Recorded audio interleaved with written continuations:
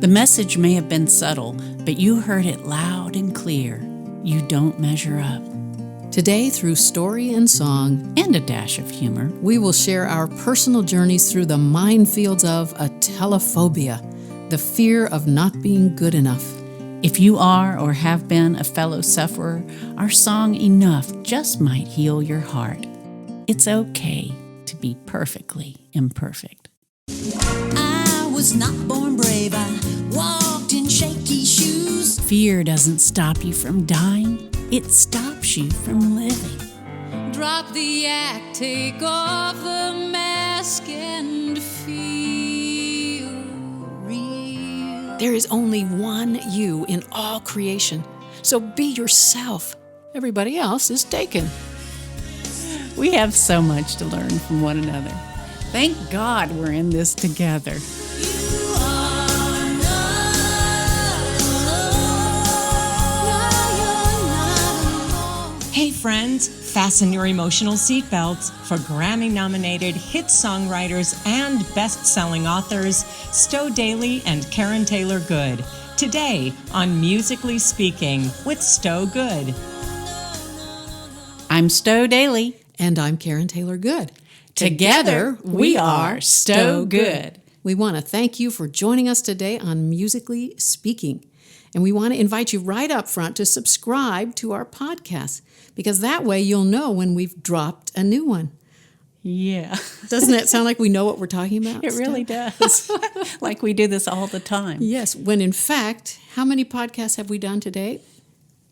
This would be our first one. Number 1. Yay! So thanks for joining us. Yeah. We hope you guys are doing well out there in podcast land. We sure do. So individually and together, Stowe and I have written hundreds of songs, but today we're going to get up close and personal with one of our very, very favorites. It's called Enough. And that is from our beautiful Brokenness CD. So we're not only going to share the song, we're going to talk about where the inspiration came from, how it was written, and what it has to do with our lives and hopefully yours. Yes. So here's a beautiful quote. It's been said that nothing hurts more than trying your absolute best and still not feeling good enough. Yeah, and someone in this world has created an actual word called atelophobia. This is the fear of imperfection, of not being enough. I think that I would probably, in my past life, have qualified to be an atelophobic. I'm sure I have been. I hope I'm no longer atelophobic, and we hope you're not either. So we need to tell you the story of how this song came to be written. So Stowe and I were hanging out between gigs. We were out in California, right? And we needed some place to stay in the Lake Tahoe area. Oh, it was so sad to be in the Lake Tahoe area for a whole week. Yeah, being a traveling musician can be really rough sometimes. Yeah. So who do we know in Lake Tahoe?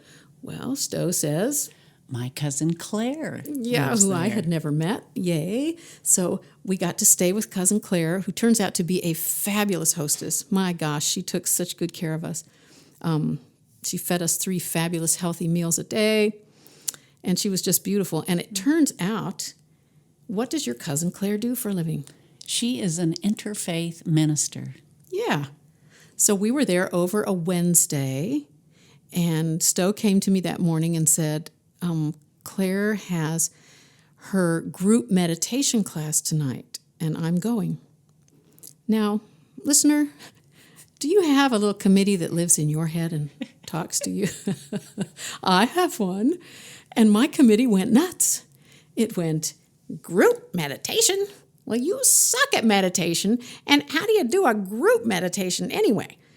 So I'm telling you, I did not want to go. But how could I not go? Claire had been so amazing.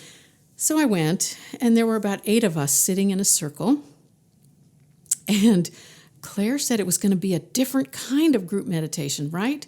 Do you remember what she called it, Stowe? It was called Lectio Divina, which is Latin for divine reading. Uh-huh. Oh, there goes my committee again. Latin? Lectio what? And this is all about poetry. She said it's about poetry. I don't get poetry. Me. I mean, I'm telling you, my intention was to take a nap for the next oh-so-boring hour. It was not my intention to be moved deeply and really to my core. Each of the 4 times this amazing poem was read, I cried. I sobbed harder. I was a big snotty mess, wasn't I? Yeah. By the end. So we would really love to share this poem, and afterwards we'll share the song that we wrote. Tell them about the poem, will you, Stowe? Oh, this poem was written by the amazing David Whyte, and it's from his book, Where Many Rivers Meet. It's called Enough. Enough. These few words are enough. If not these words, this breath. If not this breath, this sitting here. This opening to the life we have refused again and again until now. Until now. In this moment now, I lay all struggle down, searching for, wanting more. Now at last I'm free. These words are enough. This breath is enough. Oh, what joy to breathe the air of sweet relief. Letting go, no need to know. All will be revealed. These words are enough. These words are enough. This breath is enough. Once a veil of mystery, I close my eyes to see.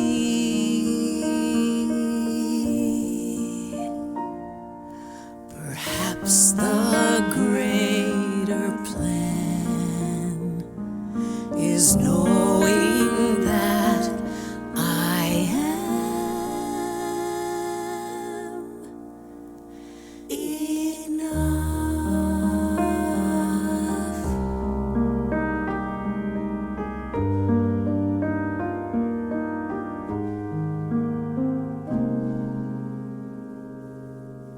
Oh, yeah. Well, so do you all get that? We just want to be really sure that you get that. That wherever you are in this lifetime, whatever you're doing, it's exactly where you're supposed to be and what you're supposed to be doing. It's absolutely perfect and it's enough. Yeah, so just take a breath and know that you are enough. That feels way, way better. I don't know about you, but I went through really most of my life never feeling enough, never acknowledging how far I'd come, any wins that I've had, just always beating myself up for not achieving that next thing. Mm-hmm. Did you do that? Yes, I absolutely did. And I also did the comparison thing, never being enough compared to everyone else. Got it. Yeah. And they say that comparison is the thief of joy. And Ooh, that's good. that is absolutely the truth. Yeah. I read a quote by Shannon L. Alder, and she says, personality begins where comparison leaves off. Be unique, be memorable, be confident, be proud. Very nice. Yeah. I think it's time for our listener question. So Lisa Goodrich from Cape Cod asks, how much of your music comes through you from God, and how much is the two of you consciously setting out to write music? Please discuss your songwriting process. Great Whoa. question. It is. And hi, Lisa, and thank you. Hello, Lisa. First of all, thank you for saying that to you it feels like a bunch of our music comes from God. We feel that way too. Yeah, we do. But it's kind of embarrassing to say, isn't it? Yeah. I have to say, oh gosh, our songwriting process, the best thing I can say is my favorite line from Shakespeare in Love, which is, "It's a mystery." I really don't know. How does it happen?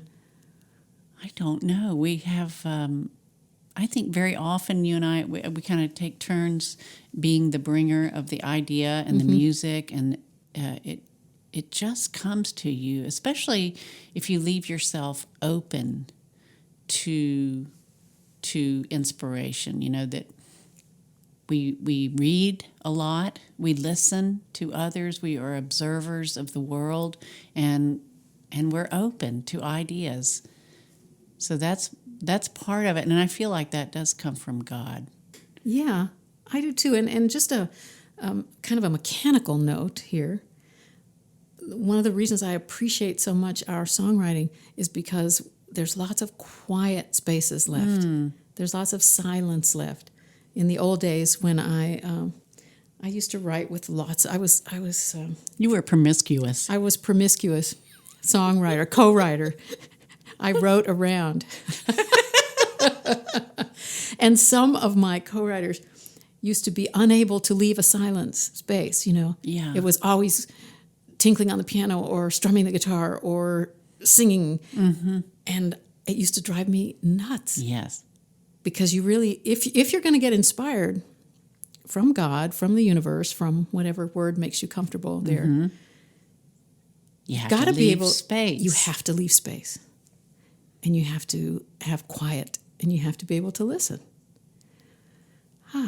So, And I so enjoy, just on a personal note Yes. between us, I so enjoy the back and forth that we have. You know that yes, I respect you as a writer. I respect your musical ideas and your lyrical ideas, and So, and I love the way that you. I don't know. You're just very honoring to me as a songwriter. You let me riff on things, you know, and you allow me to say. And I feel comfortable enough to say something that may sound stupid, and you let me say it, and you don't make fun of me. you know, our friend Lisa Ashman has a great book that she called "Dare to Be Stupid" about songwriting, Yeah, and that really is. You have to be comfortable enough with your collaborator. you do. Yeah, dare to be stupid. But I think that's a good comment for all of life, right? Dare to be stupid. Maybe we should write that someday. I think we should. But Stowe, we haven't talked about how we wrote the song enough. And so you're younger than me. Use your memory and take us back in time. So we had heard the gorgeous poem. Yeah, we heard the poem in December, and I think in February we were down in Florida at the Posse Music Festival, and which is just a hotbed of songwriting. There is, Right. I mean, you kind of, when you're around a lot of songwriters, you get the bug to want to write. And I think we had kind of holed ourselves up in our hotel room for a couple of hours, and I really feel like this idea had just been brewing since the first time we heard it. And I know that I had a musical piece going. Yeah, you did, And which really thrilled me. And I think that helped the words come out of both of us. I think it's one of the shortest songs we've written. It is. And it's really I love that song so much. I have to say, we love all our songs. They're like our children, aren't they? Yeah. And we think they're all just beautiful. And we hope you do too. We hope you do too. We hope they're not actually really ugly babies. song babies. But we just think they're beautiful because they're ours. Anyway, let us know. Feel free. Okay, so it's about time for our laugh lift, but first, a word from our sponsor. Which at this moment in time would be us. Woohoo! So as you can tell, we absolutely love what we do, and we need your support to keep the music coming. We do. So we invite you to please go to StoweGood.live, find the links there and ways that you can get involved and become a StoweGood supporter. Yes, so StoweGood.live, and you're going to subscribe to our podcast, and then you're going to find music in our store. If you already have our albums, please consider getting some more for the people you love, and just share us. That's what we want. We want these songs to get out into the world. Check out our musical keynotes. We love them, and we'd love to come share one with you and your favorite organization. And visit our Patreon page and see how you can become a StoweGood sponsor. And just like NPR, we have gifts at every level of support. We really do love our patrons. We appreciate you so much. So thank you. Yes, thank you. All right, as promised, it's time for our laugh lift. Here we go. So this woman in labor suddenly shouted, "Shouldn't, wouldn't, couldn't, didn't, can't." Don't worry, said the doc. Those are just contractions. It's so stupid. I love it. Hey, listeners, thank you so much for being with us on our very first podcast. Yes, and join us next time for Musically Speaking with StoweGood.